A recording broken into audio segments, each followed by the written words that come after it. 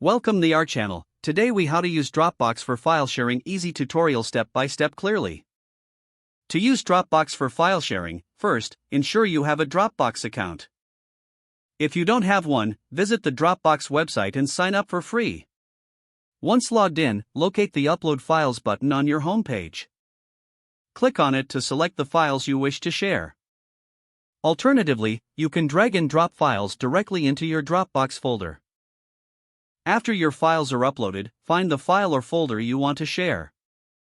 Next, click the Share button next to the file or folder. In the pop-up window, enter the email addresses of the people you want to share with. You can customize the permissions by selecting either Can Edit or Can View. If you'd like to create a shareable link instead, you can also adjust the settings for the link, such as expiration dates or download permissions. To manage your shared files, navigate to the Shared tab in your Dropbox. This section shows all items you shared and who has access. To stop sharing a file, click the Share button again. In the sharing settings, find and click Remove next to the person's email. You can also uncheck the Link Access option to disable the shareable link. Finally, remember that Dropbox automatically syncs your shared files. This means any updates you make will reflect in real time for your recipients. Utilizing Dropbox for file sharing enhances collaboration and organization. Follow these steps to easily share files with your team or friends.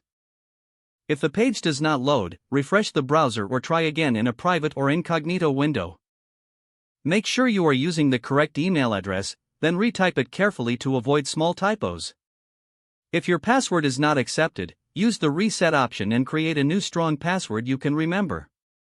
Check your spam folder for verification or security emails, then complete any requested confirmation steps. Enable two-factor authentication if available to improve account security and reduce unauthorized access risk. After signing in, review your profile details so your contact information and settings are accurate and current. If you see an error message, note it down and try again after restarting your device and internet connection. Log out when you finish, especially on shared devices, to keep your account and payment information secure.